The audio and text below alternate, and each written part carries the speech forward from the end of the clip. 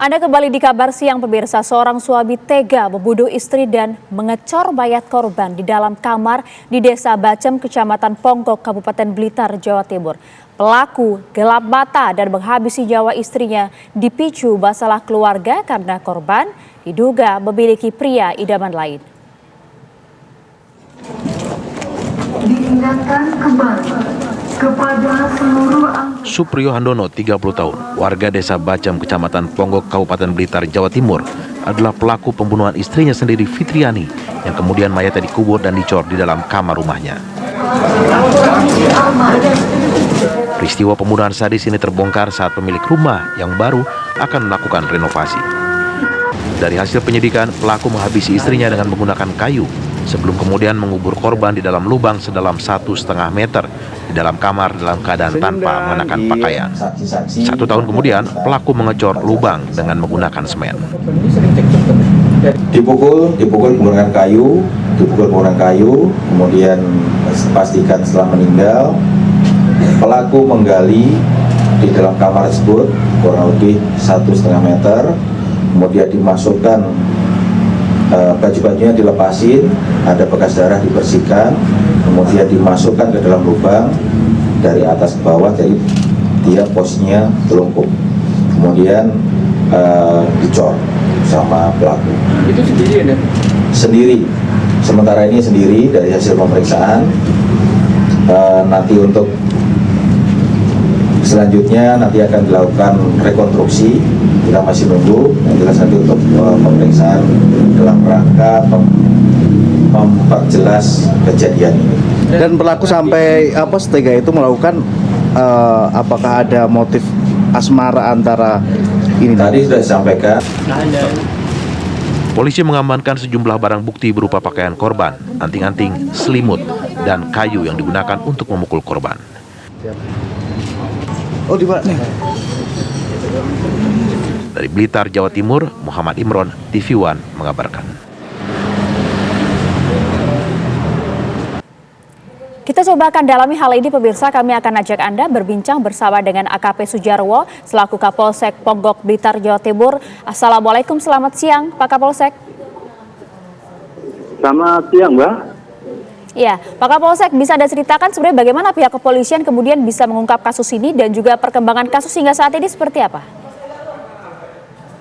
Awalnya, Mbak, itu awalnya pada tanggal hari Selasa tanggal 21, kita Polsek Ponggok, Polres Blitar Kota, ada telepon dari warga.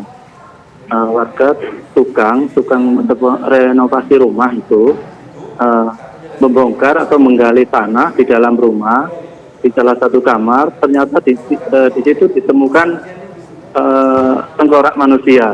Nah, setelah saya cek, benar di situ ditemukan tengkorak manusia.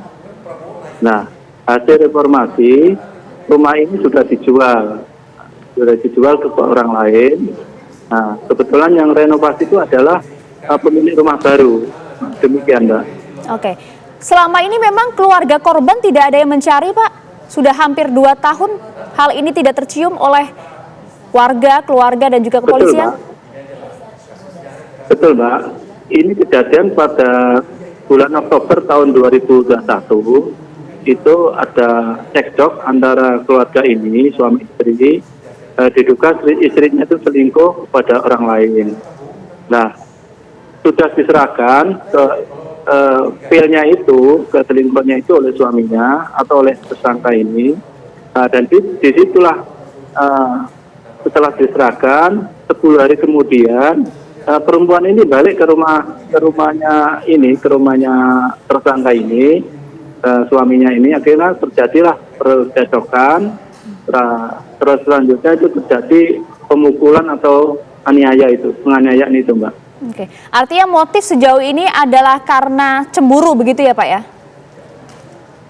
Betul, Mbak, karena sudah ditanya di perangkat desa sebelum kejadian itu, memang istrinya juga mengakui selingkuh dengan pria lain. Demikian, Mbak. Oke, apa yang membuat kemudian sang suami ini gelap mata karena cemburu, kemudian harus menghabisi nyawa korban, bahkan dengan begitu sadis harus menempatkan jenazah korban dengan cara dicor tersebut, Pak? Apa yang disampaikan oleh Nah. tersangka pada saat diamankan oleh polisi? Iya betul Mbak. Setelah kita amankan, memang pada saat itu pada bulan Oktober tahun 2001 ini percecokan sangat hebat sekali. Intinya istrinya itu tidak mau sama suaminya ini atau tersangkanya ini. Intinya tetap pada selingkuhannya.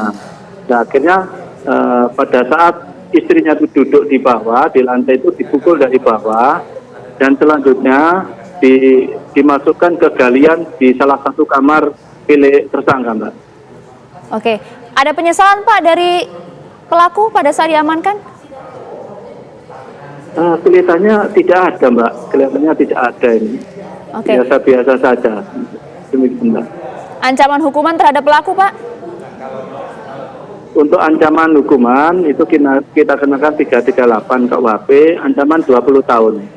Dan Baik. ini rencananya juga akan saya masukkan Undang-Undang Nomor 23 tahun 2004 tentang KDRT pasal 44, Mbak.